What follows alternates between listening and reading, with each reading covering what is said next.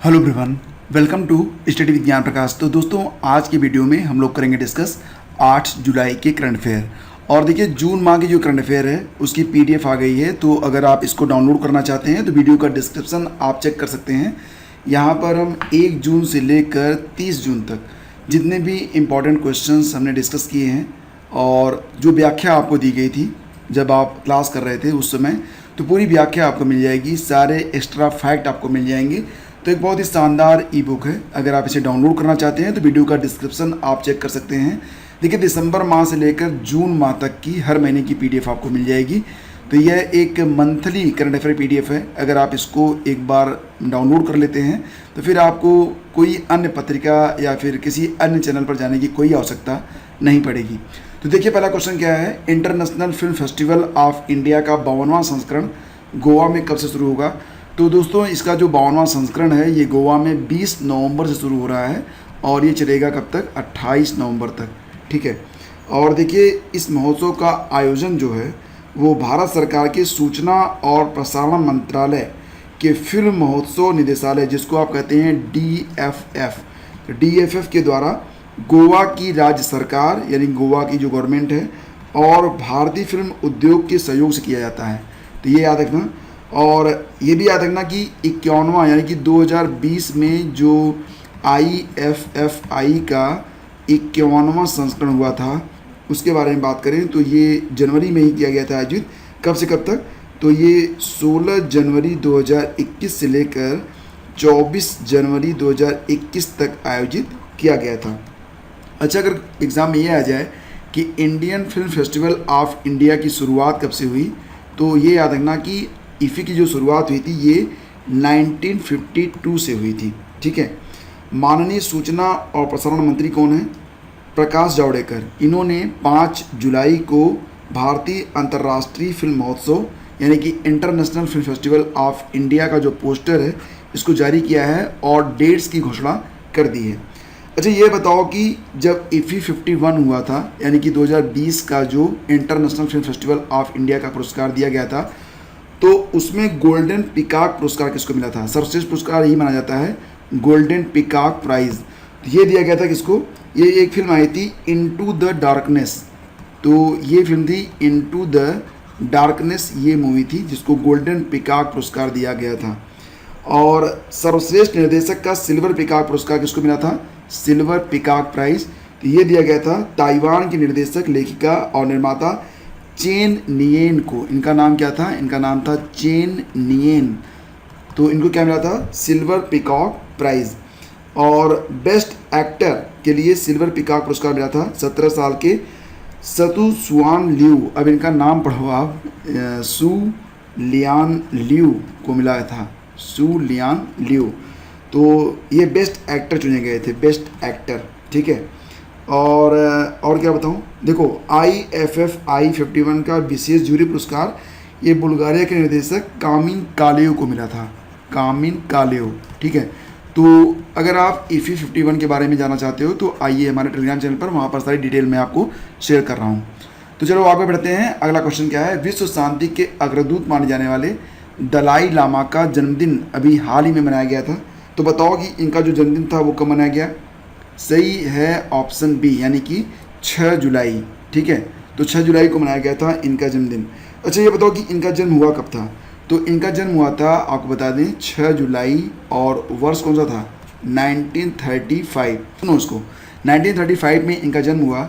1938 में तिब्बत के सभी पूर्ववर्ती आध्यात्मिक गुरुओं दलाई लामाओं के अवतार के रूप में इनकी पहचान की गई थी, जब इनकी उम्र 2 या 3 वर्ष रही होगी।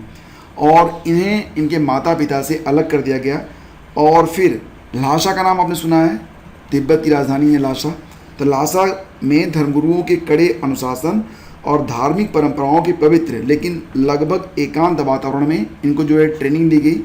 और जब इनकी उम्र हुई 7 वर्ष, तो 7 वर्ष की उम्र में इन्हें सर्वोच्च आध्यात्मिक गुरु भी नियुक्त कर दिया गया। और 15 वर्ष की आयु में इन्हें देश का यानी कि तिब्बत का सम्राट घोषित किया गया। लेकिन एक बुरा दौर भी आया। 31 मार्च 1959 को चीन की वजह से इन्हें तिब्बत को छोड़कर भागना पड़ा और 17 मार्च को वो तिब्बत की राजधानी लहासा से पैदल ही निकले थे और हिमालय के दुर्गम पहाड़ों को पार करते हुए 15 दिनों के बाद ये भारतीय सीमा के अंदर आए। यात्रा के दौरान उनकी और उनके सहयोगियों की कोई जानकारी नहीं आने पर लोग ये भी सोच रहे थे कि इनकी डेथ हो गई है। तो देखो वर्तमान में इनकी उम्र जो है वो 86 ईयर है। तो ये काफ़ी जो है मतलब चर्चित हस्ती हैं, इनके बारे में आपको पता होना चाहिए। अगला क्वेश्चन क्या है कि हाल ही में किस प्रसिद्ध भारतीय अभिनेता का 98 वर्ष की अवस्था में निधन हो गया है। तो डेफिनेटली इनका नाम आप जानते होंगे, ये हैं प्रसिद्ध अभिनेता दिलीप कुमार। तो ऑप्शन बी आपका यहाँ पर बिल्कुल करेक्ट है। अच्छा ये बताओ कि इनकी जो पहली फिल्म आई थी वो कब आई थी, पहली फिल्म। तो दोस्तों आपको बता दें कि इनकी पहली फिल्म जो थी उसका नाम था ज्वार भाटा और ये फिल्म आई थी 1944 में। अच्छा ये बताओ कि इनकी लास्ट फिल्म कौन सी थी। तो लास्ट फिल्म थी इनकी किला, जो कि आई थी 1998 में। एक फिल्म का नाम आपने ज़रूर सुना होगा सौदागर, जो कि बहुत ही हिट हुई थी। ये फिल्म आई थी 1991 में। दिलीप कुमार का वास्तविक नाम क्या था। तो इनका जो वास्तविक नाम था वो था यूसुफ खान, ठीक है। और दिलीप कुमार का जन्म कहाँ पर हुआ था। तो पेशावर में हुआ था। 11 दिसंबर 1922 को इनका जन्म हुआ था, 11 दिसंबर 1922। और डेथ कब हुई। तो इनकी जो डेथ हुई है वो कब हुई है, देखो इनकी डेथ हो गई है 7 जुलाई को, 7 जुलाई 2021 में। और अच्छा इनके कितने भाई बहन थे। तो ये जान लो कि 12 भाई बहन में थे ये। और इनके पिता जो थे वो फल बेचते थे। और यूसुफ खान ने देवलाली में स्कूलिंग की थी। वो राज कपूर के साथ ही बड़े हुए थे। बाद में राज कपूर और दिलीप कुमार इन्होंने बॉलीवुड में काफ़ी नाम कमाया। अब चलो आगे चलते हैं। अगला क्वेश्चन देखो क्या है। हाल ही में टोक्यो ओलंपिक के लिए भारत की ओर से किसे ध्वजवाहक चुना गया है। तो भारत की ओर से ध्वजवाहक किसे चुना गया है। देखो जो टोक्यो ओलंपिक है ये शुरू हो रहा है कब से, ये 23 जुलाई से शुरू हो रहा है। और इसमें भारत की ओर से ध्वजवाहक चुने गए हैं MC मैरी कॉम और मनप्रीत सिंह, यानी कि दोनों। तो पहले क्या होता था कि ध्वजवाहक जो होते थे वो एक ही होते थे, लेकिन यहाँ पर लैंगिक समानता के लिए MC मैरी कॉम और मनप्रीत सिंह दोनों रखा गया है। MC मैरी कॉम के बारे में आप जानते होंगे, ये जानी मानी जो है बॉक्सर हैं, ये मणिपुर से अपना संबंध रखती हैं। और मनप्रीत सिंह जो हैं ये एक हॉकी प्लेयर हैं, ठीक है। अच्छा जो MC मैरी कॉम है इनकी जो बायोग्राफी है उसका नाम क्या है, अनब्रेकेबल, ठीक है। अनब्रेकेबल है इनकी जो वो है बायोग्राफी है। और ये भी आप अच्छा ये बताओ कि जो पैरालंपिक खेल होने वाले हैं, पैरालंपिक खेल ये कब से शुरू होंगे। ये 24 अगस्त से शुरू होंगे। तो पैरालंपिक खेलों में ध्वजवाहक कौन होंगे। तो ये होंगे मरियप्पन थंगावेलु, ठीक है। मैंने बताया था आपको इसके बारे में। अब बात करते हैं IOC के बारे में। तो IOC एक गैर सरकारी खेल संगठन है जिसका मुख्यालय कहाँ पर है। तो इसका मुख्यालय मिलेगा आपको लुसाने, स्विट्जरलैंड में। IOC की स्थापना कब हुई थी, 1894 में हुई थी। और पियरे डी कुबर्टिन और डेमेट्रियोस विकेलस के द्वारा इसकी स्थापना की गई थी। यह प्राधिकरण आधुनिक ग्रीष्मकालीन और शीतकालीन ओलंपिक खेलों के आयोजन के लिए जिम्मेदारी निभाता है। IOC राष्ट्रीय ओलंपिक समितियों का शासी निकाय भी है, यानी कि जो भी NOCs हैं उसका जो गवर्निंग बॉडी है वो कौन है, IOC ही है, ठीक है। आगे बढ़ते हैं। अगला क्वेश्चन क्या है प्रश्नों का कि हाल ही में कौन ICC वनडे रैंकिंग में 4 स्थान ऊपर चढ़कर नंबर 1 महिला खिलाड़ी बन गई हैं। तो ये हैं ऑप्शन ए, यानी कि मिताली राज। तो फ्रेंड्स भारतीय महिला क्रिकेट टीम की कप्तान मिताली राज ICC वनडे रैंकिंग में 4 स्थान ऊपर चढ़कर नंबर 1 बन गई हैं। मिताली ने इंग्लैंड के खिलाफ हाल ही में समाप्त हुई 3 मैचों की सीरीज में 3 अर्धशतक लगाए थे। मिताली राज पिछली बार फरवरी 2018 में रैंकिंग में शीर्ष पर पहुंची थी। अच्छा ये भी याद रखना कि हाल ही में मिताली राज ने इंग्लैंड की पूर्व कप्तान चार्लोटे एडवर्ड्स को पछाड़कर क्रिकेट के सभी प्रारूपों में महिला क्रिकेटर के रूप में सर्वाधिक रन बनाने वाली खिलाड़ी बन गई थी। और ये जो लिस्ट है आप देख रहे हो, ये ट्वीट किया गया था अभी हाल ही में, मतलब 6 जुलाई को IOC के द्वारा, जिसमें ये बताया गया है कि मिताली राज जो है रैंकिंग में पहले स्थान पर हैं। दूसरे स्थान पर कौन है, लिजली ली, ठीक है। और तीसरे स्थान पर कौन है, ये हैं आयशा हेली। तो ये जो नाम होते हैं ये रैंकिंग दी गई है जो कि ICC ने ट्वीट किया था। तो आगे बढ़ते हैं। अब चलते हैं अगले क्वेश्चन पर। प्रश्न होगा कि हाल ही में किस राज्य या केंद्र शासित प्रदेश ने दरबार मूव की परंपरा को ख़त्म कर दिया है। तो ये 149 साल पुरानी परंपरा थी जिसको जो है जम्मू और कश्मीर में अपनाया गया था। फिलहाल अब ये परंपरा वहाँ से समाप्त कर दी गई है। अच्छा बताओ ये तस्वीर किसकी है। ये हैं जम्मू और कश्मीर के लेफ्टिनेंट गवर्नर जिनका नाम क्या है, मनोज सिन्हा जी, ठीक है। तो कोरोना वायरस की वजह से जम्मू कश्मीर के उपराज्यपाल मनोज सिन्हा की ओर से दरबार मूव की 149 साल पुरानी परंपरा को खत्म करने की घोषणा के कुछ दिनों के बाद जम्मू कश्मीर प्रशासन ने बुधवार को जम्मू और श्रीनगर की जुड़वा राजधानियों में सरकारी कर्मचारियों और अधिकारियों के लिए आवासीय सुविधा की व्यवस्था जो थी उसको रद्द कर दिया है। संपदा विभाग के आयुक्त सचिव एम राजू की ओर से जारी आदेश के अनुसार अधिकारियों को 21 दिन का समय दिया गया है कि वो अपने अपने जो आवास हैं जम्मू और श्रीनगर में उसको खाली कर दें। उपराज्यपाल ने 20 जून को ऐलान किया था कि जम्मू और कश्मीर प्रशासन पूरी तरह से जो है वो ई ऑफिस में परिवर्तित हो गया है। तो अब जो है 2 राजधानियों की आवश्यकता नहीं है। और पिछले साल में 2 बार होने वाले दरबार मूव की जो परंपरा थी उसको भी समाप्त करने की घोषणा की गई थी। तो दरबार मूव क्या है? देखो, दरबार मूव की परंपरा जो थी ये 1872 में जो थे जम्मू कश्मीर के राजा गुलाब सिंह उनके द्वारा शुरू की गई थी। ये नाम याद रखना, गुलाब सिंह ने शुरू की थी दरबार मूव की परंपरा 1872 में। श्रीनगर जम्मू और कश्मीर की ग्रीष्मकालीन राजधानी हुआ करती थी, जबकि जम्मू शीतकालीन राजधानी हुआ करता था। जम्मू में सर्दियों में 6 महीने और श्रीनगर में गर्मियों के दौरान प्रशासन काम करता था। आदेश में यह भी कहा गया है कि कर्मचारी और अधिकारी 21 दिनों के भीतर जुड़वा राजधानी शहरों में सरकार द्वारा आवंटित अपने अपने आवास को खाली कर दें। अब अगला क्वेश्चन देखते हैं। प्रश्न होगा कि त्रिपुरा के नए लोकायुक्त कौन बने हैं? त्रिपुरा के नए लोकायुक्त कौन बने हैं? तो इनका नाम है के.एन. भट्टाचार्य। ऑप्शन ए आपका यहाँ पर बिल्कुल करेक्ट है। अब देखो, यहाँ पर दोनों ऑप्शन बी और सी भी काफ़ी इंपॉर्टेंट हैं। अभी मैंने कल आपको बताया था कि अभी हाल ही में 8 राज्यों के नए राज्यपाल बने हैं, तो वो आप एक बार फिर से देख लो, रिवीजन करवा लेते हैं ताकि आपको याद हो जाए अच्छे से। तो 8 राज्यों के जो नए राज्यपाल बने हैं उसके बारे में बात करते हैं। देखो, थावर चंद गहलोत को कर्नाटक का राज्यपाल बनाया गया है, ठीक है। और मंगूभाई छगन भाई पटेल ये जो हैं ये मध्य प्रदेश के नए राज्यपाल बने हैं।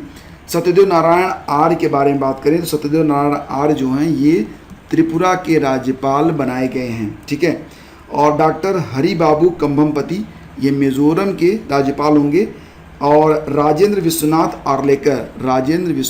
आर्लेकर को हिमाचल प्रदेश का राज्यपाल नियुक्त किया गया है। रमेश बैस जो हैं ये झारखंड के नए राज्यपाल होंगे। बंडारू दत्तात्रेय को हरियाणा का राज्यपाल बनाया गया है। बंडारू दत्तात्रेय जो कि हिमाचल प्रदेश के राज्यपाल थे, उनको जो है हरियाणा का राज्यपाल बनाया गया है।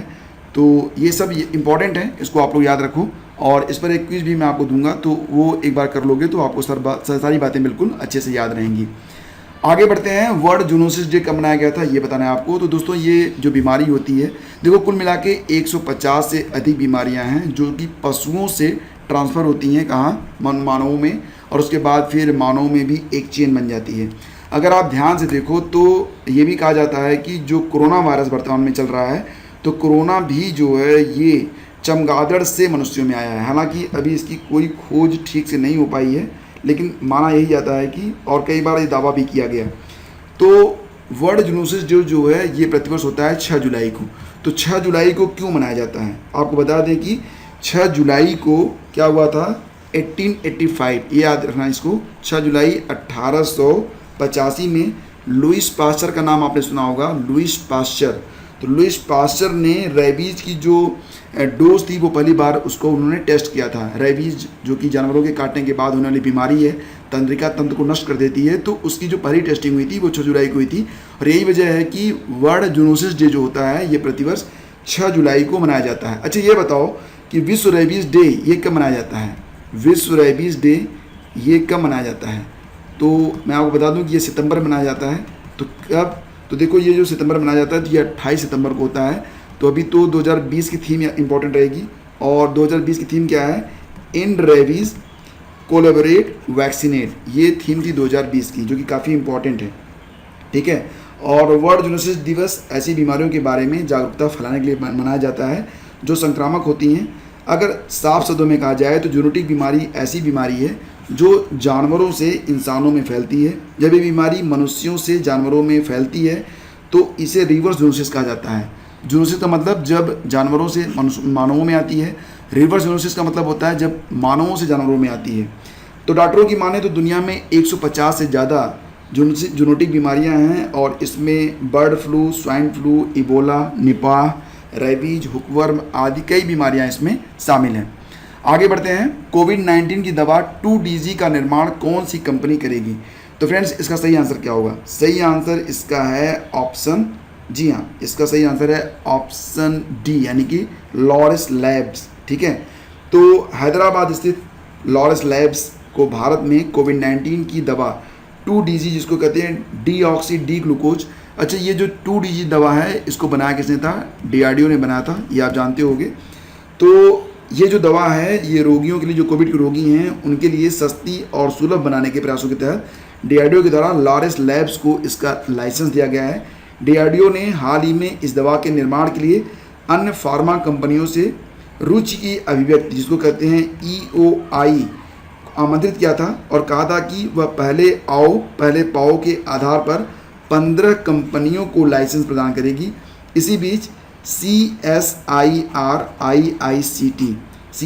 मतलब Council of Scientific and Industrial Research Institute, Indian Institute of Chemical Technology की Lee Pharma, Suven Pharma, Anthem Biosciences और नोस लैब सहित अन्य कंपनियों को 2DG सिंथेसिस के लिए लाइसेंस दे रहा है। तो कोविड-19 की दवा 2DG का निर्माण कौन सी कंपनी करेगी? ये करेगी लॉरस लैब्स, और इसका जो हेडक्वार्टर है वो कहाँ पर स्थित है? हेडक्वार्टर इसका मिलेगा आपको हैदराबाद में। आगे बढ़ते हैं। अगला क्वेश्चन होगा कि अमेरिकी अंतरिक्ष एजेंसी नासा ने अपने न्यूवाइज मतलब near earth object wide field infrared survey explorer telescope के कार्यकाल में कितने समय की वृद्धि कर दी है? तो बस इसको ऐसे याद रखो कि जो नासा का न्यूवाइज टेलीस्कोप है उसके कार्यकाल में 2 वर्ष की वृद्धि कर दी गई है और अब ये 2023 तक अपनी सेवाएं जो है वो हमें प्रदान करता रहेगा। तो फ्रेंड, दिसंबर 2009 में वाइड फील्ड इंफ्रारेड सर्वे एक्सप्लोरर वाइज WISC मिशन के रूप में लॉन्च किया गया था। यह टेलीस्कोप मूलतः इंफ्रारेड तरंगदैर्घ्य के माध्यम से संपूर्ण आकाश का सर्वेक्षण, एस्टेरॉइड्स यानी कि क्षुद्र ग्रह, सितारों और गहरे समुद्र में दिखाई देने वाली आकाश गंगाओं की निगरानी कर रहा है। अच्छा, ये बताओ कि जो वर्ल्ड एस्ट्रोनॉट डे होता है ये कब मनाया जाता है? वर्ल्ड एस्ट्रोनॉट डे, ये भी हाल ही में मनाया गया था। कमेंट करके बताओ कि वर्ल्ड एस्ट्रोनॉट डे कब मनाया जाता है। तो इसी प्रकार से आपको दिवस जो है अच्छे से याद रहेंगे। अगला क्वेश्चन है कि हाल ही में किस देश ने बेहतर मौसम पूर्वानुमान के लिए एक उपग्रह FY3E को लॉन्च किया है? FY3E। तो फ्रेंड्स, ये जो उपग्रह है इसे लॉन्च किया गया है चीन के द्वारा और ये लगभग 8 वर्ष तक अपनी सेवा देगा। चीन की सरकारी समाचार एजेंसी का नाम क्या है? चीन की जो सरकारी समाचार एजेंसी है उसका नाम है सिन्हुआ। तो सिन्हुआ ने ये बताया है कि इस उपग्रह को उत्तर पश्चिमी चीन में जियोक्वान उपग्रह प्रक्षेपण केंद्र से प्रक्षेपित किया गया है। खबर के मुताबिक यह उपग्रह 11 दूर संवेदी पेलोड से लैस है और FY3E नाम का यह उपग्रह असैन्य सेवा के लिए सुबह के समय के लिए विश्व का पहला मौसम उपग्रह होगा। यह 8 वर्ष तक अपनी सेवाएं देगा और खबर में यह भी कहा गया है कि यह विश्व के बर्फ से ढके जो हिस्से हैं, समुद्र की सतह का जो तापमान है, प्राकृतिक जो आपदाएं आती हैं और पारिस्थितिकी की भी निगरानी करेगा और मौसमी आपदाओं का प्रभाव घटाने में मदद करेगा। इसके अलावा यह सौर और अंतरिक्ष वातावरण और उनके प्रभावों की भी निगरानी करेगा। और ये है आज का अंतिम प्रश्न है कि किस भारतीय एजेंसी ने world most innovative investment promotion agency पुरस्कार 2021 का खिताब जीता है? तो सही आंसर है इसका ऑप्शन ए, यानी कि इन्वेस्ट इंडिया। तो फ्रेंड्स, इन्वेस्ट इंडिया ये भारत की राष्ट्रीय निवेश संवर्धन और सुविधा एजेंसी है। इस एजेंसी को 2009 में उद्योग और आंतरिक संवर्धन विभाग के गैर लाभकारी उद्यम के रूप में यानी कि NGO के रूप में इसको जो है स्थापित किया गया था। इन्वेस्ट इंडिया ने निवेश प्रोत्साहन एजेंसियों, निवेश लक्ष्यीकरण, प्रोत्साहन और सुविधा क्षेत्रों में वैश्विक सर्वोत्तम प्रथाओं को लाने के लिए most innovative investment promotion agency 2021 का पुरस्कार जीता है। अब देखिए, कुछ बहुत ही इंपॉर्टेंट प्रश्न हैं जो कि स्ट्रेटेजी से संबंधित है, वो मैं आपको बता देता हूँ और इससे आपका रिवीजन हो जाएगा। अच्छा, ये बताओ कि अंतर्राष्ट्रीय बुकर पुरस्कार 2021 इंटरनेशनल बुकर प्राइज 2021 किसको दिया गया? तो ये दिया गया है डेविड डियोप को। क्यों दिया गया है? उनकी जो किताब है in night all blood is black के लिए। ठीक है, याद रखना इसको। और 67वें राष्ट्रीय फिल्म पुरस्कार 2021 में सर्वश्रेष्ठ फिल्म का राष्ट्रीय पुरस्कार किस फिल्म को मिला है? वाटर ब्यूरियल को मिला है। अच्छा ये बताओ मेघा राजगोपालन कौन है? मेघा राजगोपालन तो ये भारत की एक जानी मानी महिला पत्रकार हैं और इनको 2021 का पुलित्जर पुरस्कार प्रदान किया गया है, तो ये आपको याद रखना है, ठीक है। और अब बात है क्वेश्चन नंबर 188 की। तो प्रश्न आपसे पूछा गया था कि ट्रांसजेंडर प्रोटेक्शन सेल का गठन किस राज्य ने किया है? तो इसका सही आंसर है ऑप्शन सी, यानी कि राजस्थान। तो आपको बता दें कि ट्रांसजेंडरों के अधिकारों की सुरक्षा अधिनियम 2019 के तहत गठित इस सेल का मुख्य कार्य ट्रांसजेंडर यानी कि जो उभयलिंगी होते हैं उनके अधिकारों का संरक्षण और उनको सुरक्षा प्रदान करने के साथ साथ राज्य स्तरीय ट्रांसजेंडर न्याय बोर्ड और जिला ट्रांसजेंडर न्याय समितियों के बीच समन्वय करना होगा। यह प्रकोष्ठ ट्रांसजेंडरों के विरुद्ध अपराधों की रोकथाम, निगरानी तथा इससे जुड़े मामलों को समय पर पंजीकृत कर जांच और अभियोजन सुनिश्चित करने का काम करेगा। और दोस्तों अब बारी है आज के प्रश्न की। ये बताओ कि मैक्सिको की खाड़ी में एक पाइपलाइन में आग की घटना चर्चा में है, तो आग की इस घटना को क्या नाम दिया गया है? तो ये हैं आपके ऑप्शन और इसका आंसर आपको लिखना है। और अब मैं आपको दोबारा से बता दूं कि अगर इस लेक्चर की PDF को आप डाउनलोड करना चाहते हो तो टेलीग्राम चैनल से कनेक्ट हो जाओ, वहाँ पर आपको हर लेक्चर की PDF प्रोवाइड कर दी जाती है। और मंथली PDF के लिए आप वीडियो का डिस्क्रिप्शन और कमेंट बॉक्स चेक कर लो, अभी ऑफर चल रहा है।